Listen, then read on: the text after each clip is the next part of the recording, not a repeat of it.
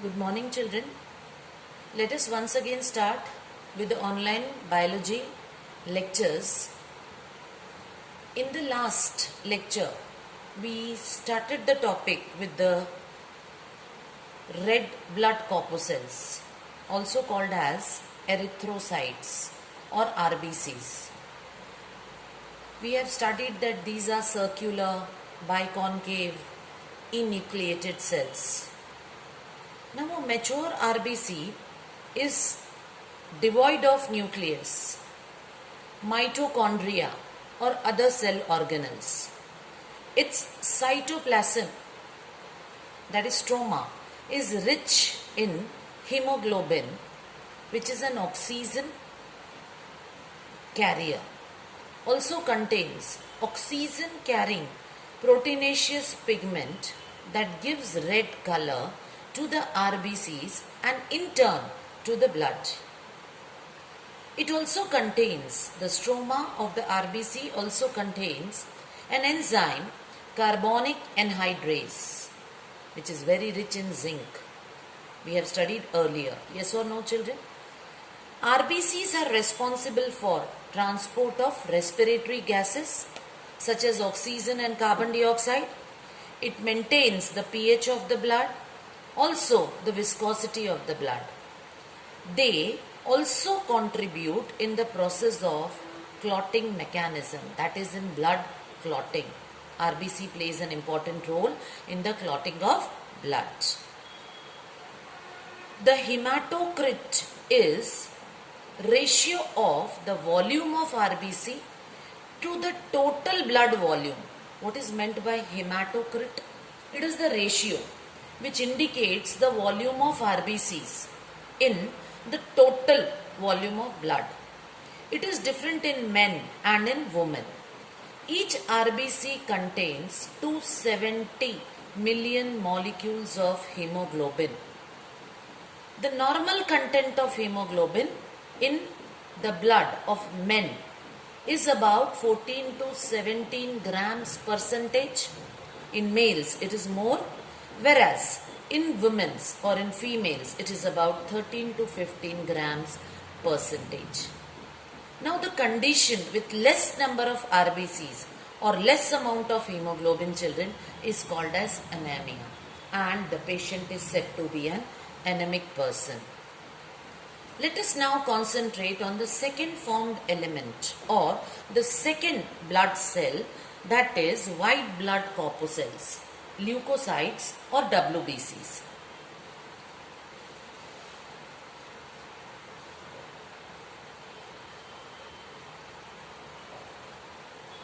Here, children, leukocytes are colorless, nucleated. They show very well presence of nucleus.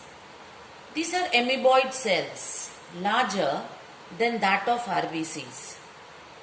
Now, due to the amoeboid movement, they can move out of the capillary wall.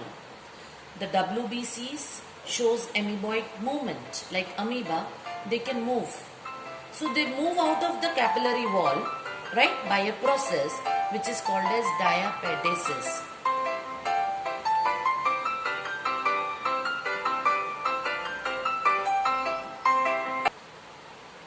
A normal adult has 5,000 to 11,000 WBCs per cubic millimeter of blood.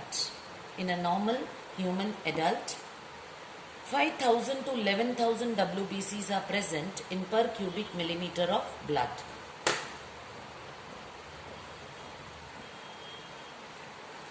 Here, children, when decrease in number of WBCs, that is less than 4,000, the normal count is 5,000 to 11,000, right?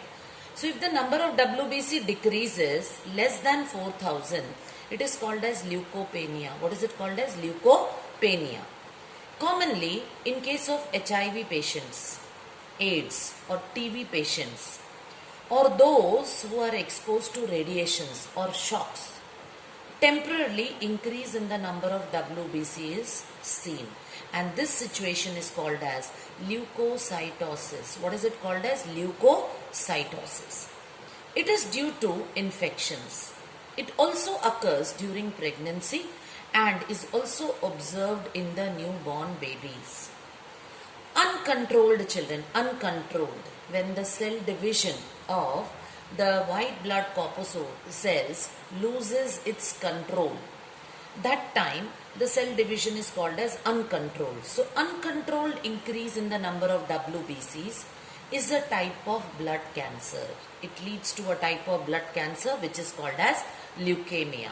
Now WBCs are mainly concerned with the defense mechanism of our body, since they are involved in the formations of antibodies. So they are considered to be the military of our body.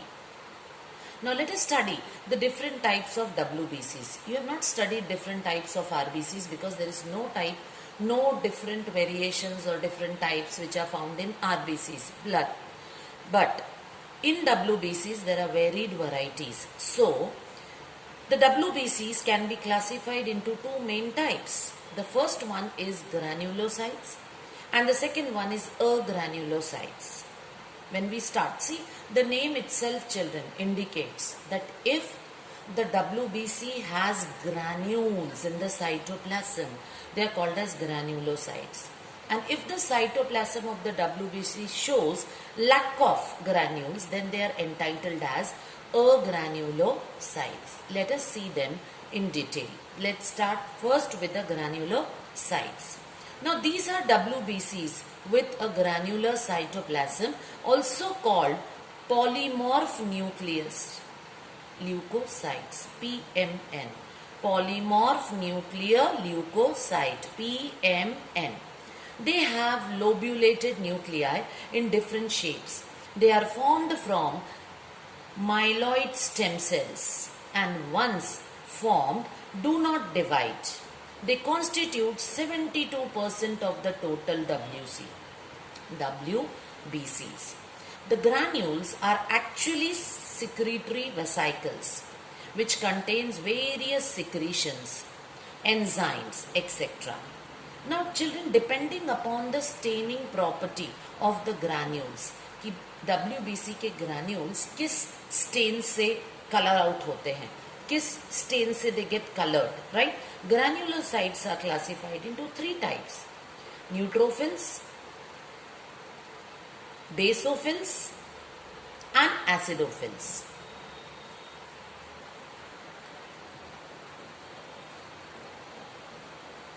So, depending upon the staining properties, the granulocytes are classified into three types. What are they? Neutrophils, basophils and acidophils.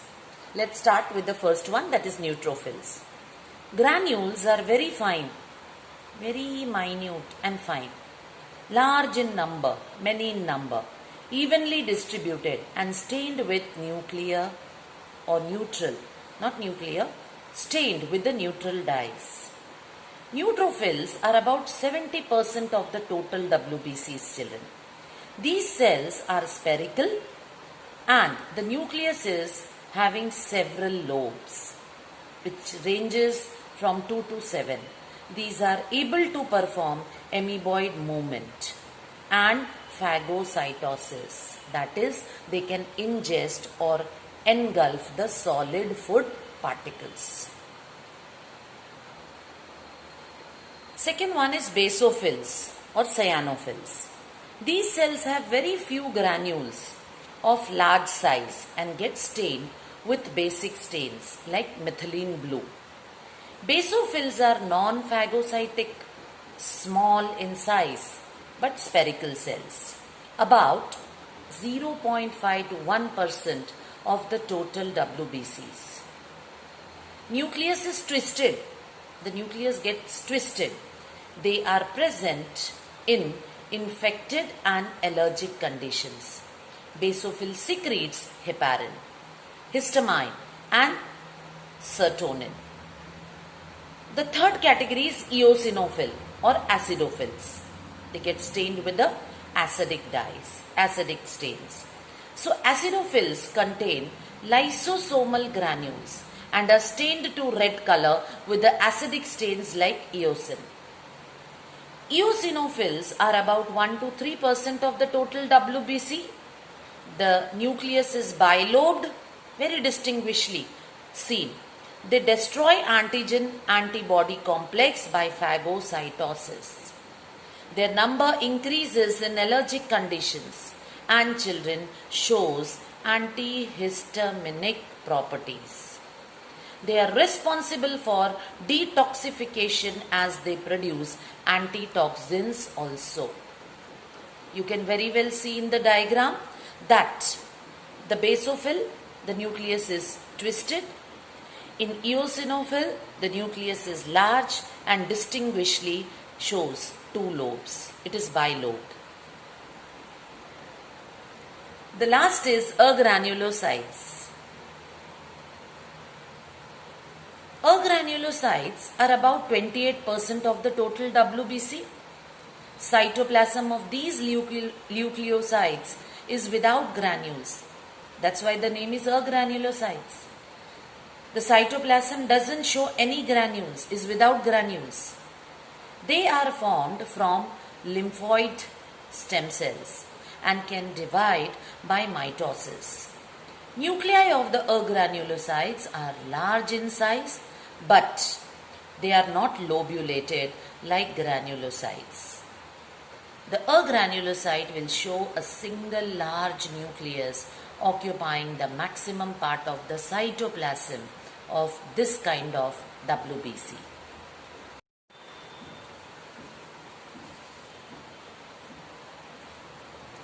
Now, to start with lymphocytes. Lymphocytes are the smallest of all WBCs and have largest spherical nucleus. They constitute about 25 to 30% of the total WBCs. Depending upon the functions, there are two types of lymphocytes, that is B lymphocytes and T lymphocytes. B lymphocyte children matures in the bone marrow and are responsible for antibodies production, humoral immunity, and is highly antigen-antibody immunity specific. The T lymphocyte matures in the thymus and are responsible for cell-mediate immunity. Children, T cells are of four main types: helper T cell, killer T cells, memory T cells, and suppressor T cells. Next is monocytes. Monocytes are the largest of all WBCs. Its nucleus is large and is bean shaped or kidney shaped. They form 3 to 5% of the WBCs. They are motile, they show movement, they are phagocytic and destroys bacteria, dead or damaged cells and tissues. Now, to end up the studies about the blood corpuscles, we'll move on to thrombocytes or platelets. Children, these are cellular fragments formed from large cells called megakaryocytes. These are produced in the bone marrow. They are very small, oval-shaped cells, fragments without nucleus. Normal count of thrombocyte in blood is 2.5 to 4.5 lakhs mm per cubic millimeter of blood. If the number of the thrombocyte children decreases, then the condition is called as thrombocytopenia. This condition causes internal bleeding. We also call it as hemorrhage.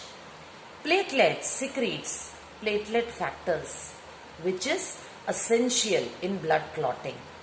They also seal the ruptured blood vessels by forming platelet plugs, also called as thrombus. They secrete serotonin, a local vasoconstrictor. So look here children, in the cluster of blood corpuscles, these red ones are the RBCs. The white ones with showing the presence of nucleus is the WBCs, and these small cells, very small triangular cells, are blood platelets, also called as thrombocytes.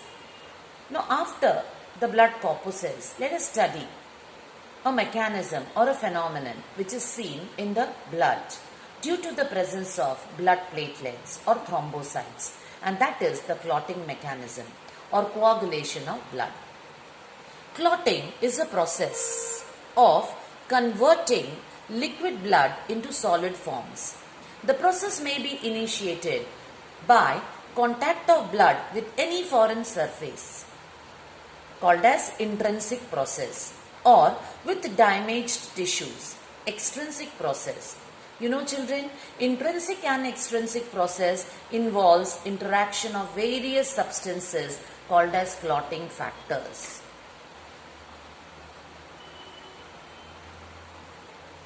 By a stepwise or cascade mechanism, there are in all 12 clotting factors, 1 to 12, of which factor 6 is not an active in use. It is not active in use.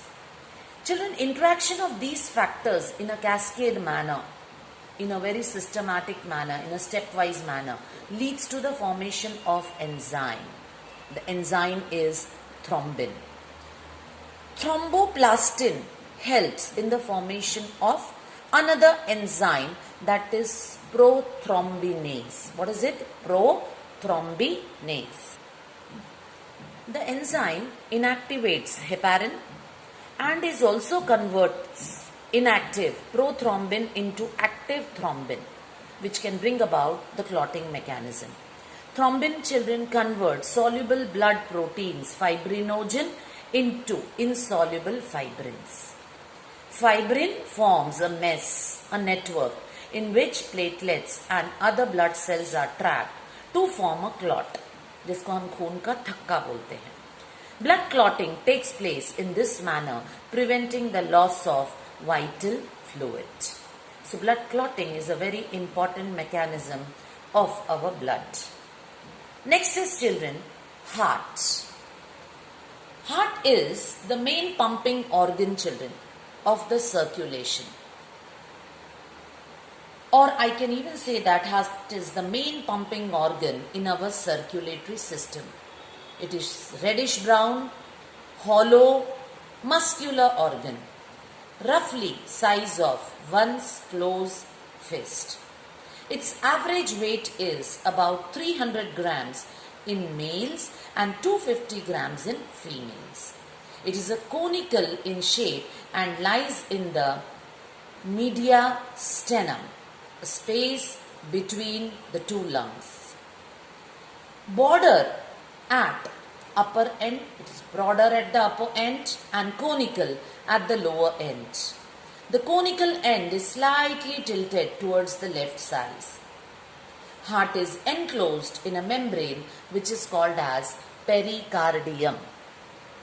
Children, pericardium is formed of two main layers in turn, outer fibrous and inner serous pericardium. Serous pericardium is soft, moist and elastic. It is formed of squamous epithelium and is further divisible into two layers. The two layers as parietal and visceral layers. Children, these two layers are separated by a pericardial space. A space which is filled with pericardial fluid, which acts as a shock absorber and protects our delicate heart from mechanical jerks, shocks and injury. Also keeps the heart moist and acts as a lubricant. The heart walls is the next topic, children.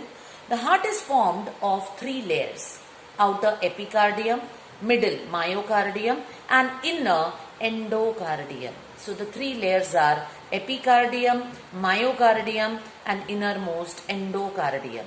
Epicardium is thin and formed of a single layer of squamous epithelium resting on a basement membrane, whereas myocardium is the middle thick layer formed of very strong cardiac muscles.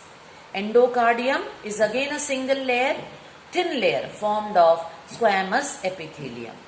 Epicardium and endocardium, children, is protective in nature, whereas myocardium plays an important role, or in turn I must say is responsible for contraction and relaxation of heart. Let us study the external structure of heart. The human heart, children, is four-chambered. The upper two superior chambers are atria, also called as auricles, and the lower two inferior chambers are called as ventricles. Children, atria or auricles are the receiving chambers, whereas ventricles, the lower two inferior chambers, ventricles, are the propelling chambers. Atria are separated by ventricles by a transverse groove called coronary sulcus or atrioventricular groove. The two ventricle, children, are externally separated from each other by two grooves, the anterior and the posterior interventricular sulci. You know, children, coronary artery, coronary vein runs through these sulci. Pulmonary trunk arising from the right ventricle, that is the pulmonary artery, and the aorta from the left ventricle. Pulmonary trunk or pulmonary artery is divided into right and left pulmonary artery. Aorta is divided into three, ascending aorta. Into three. The very first one is ascending aorta. Second one, systemic aorta, also called as systemic arch. And the third one, which goes down, is called as the descending aorta. The aortic arch, children, gives out three arteries. The first one is brachiocephalic, also called as innominate artery, left common carotid, and left subclavian artery. The right atrium, children, receives superior vena cava, or also called as precaval vein, and inferior vena cava, also called as postcaval vein.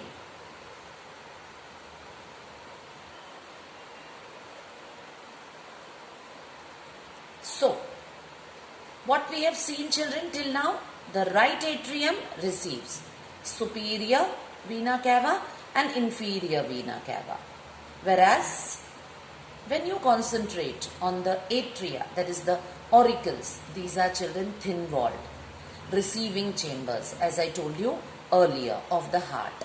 They are separated from each other by interauricular septum. Interauricular septum has an oval depression. This depression is called as fossa ovalis. What is this depression called as? Fossa ovalis. Superior vena cava, inferior vena cava, and coronary sulcus opens into the right atrium. Now, children, the postcaval vein opening is guarded by Eustachian valves, while Thebatian valves guards the opening of coronary sinus into the right atrium. The fore pulmonary vein opens into the left atrium. Now, children, these openings are without valves, since they are bringing oxygenated blood from the lungs, and even the backflow will not affect. Therefore, they are without valves. Atria opens into the ventricle of their respective sides, children, by atrioventricular apertures. Now, these atrioventricular apertures are guarded by cuspid valves.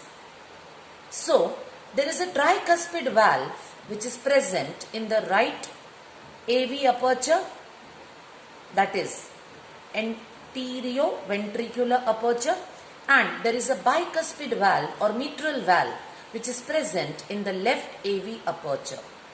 Children, these valves prevents the backflow of the blood and plays an important role. Let's move on to the inferior chambers of the heart, that is ventricle. So here we can say, children, that these are the inferior thick-walled pumping or propelling chambers of the heart. The right and the left are separated by interventricular septum.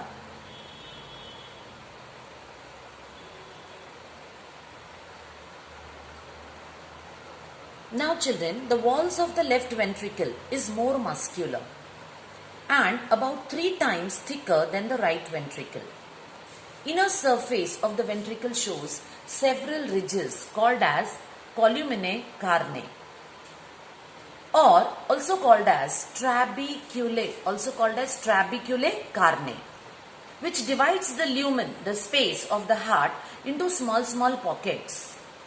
These lumen of the ventricle shows inelastic fibers. It shows a lot of inelastic fibers called as chordae tendineae. What are they called as? Chordae tendineae. These attaches the bicuspid and the tricuspid valves to the walls of the ventricle or to the ventricular wall. The right ventricle opens into the pulmonary artery, children, and the left ventricle opens into the aorta. Here these openings are guarded by 3. So, here children, these openings which are present at the commencement of pulmonary artery in the right ventricle and I must say the aorta, right? Pulmonary artery and the aorta is guarded by 3 half moon shaped valves, also called as semilunar valve. Children, even semilunar valve prevents the backflow of blood. So in all, in the human heart, we have studied till now, there are 4 valves. One is bicuspid valve, present between, or also called as mitral valves. Yes or no, children? Bicuspid valve or mitral valves, tricuspid valves and semilunar valves. So today we are ending up the sessions with this.